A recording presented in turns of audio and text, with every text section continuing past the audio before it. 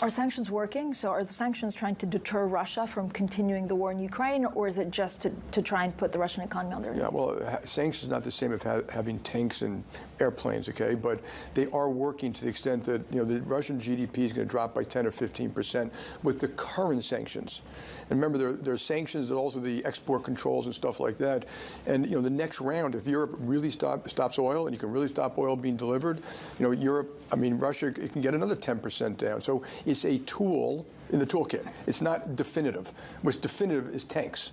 So we're not. Don't confuse the two. But one is a pretty powerful. The sanctions are a pretty powerful tool. But if you expect this to last for, I think you said years. I don't expect it. I said we should be prepared for it too. I don't know what's going to happen. But how do you see this ending? And actually, if you're a president of the U.S., if you're a president of the Commission, if you're the Fed right now, you need to game theory, and it could go either way. It's like a three-way system. Mm-hmm. So what do you do? I would plan for all three of them. I think it's a mistake to guess at which one it'll be. It should be all three of them. And I think, I think basically the Cold War is back. I think the whole world learned something that we always knew, that national security is always the most important thing, but it kind of recedes in the background. We're all doing well. But now it's the most important thing. It should be the most important thing for the rest of our lives. So maybe we all learned that is a permanent state of affairs. The Cold War is back.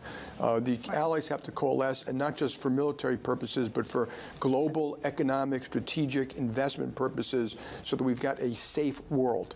If we don't do that, you see Ukraine, you can see all around the world. You will see forms of chaos.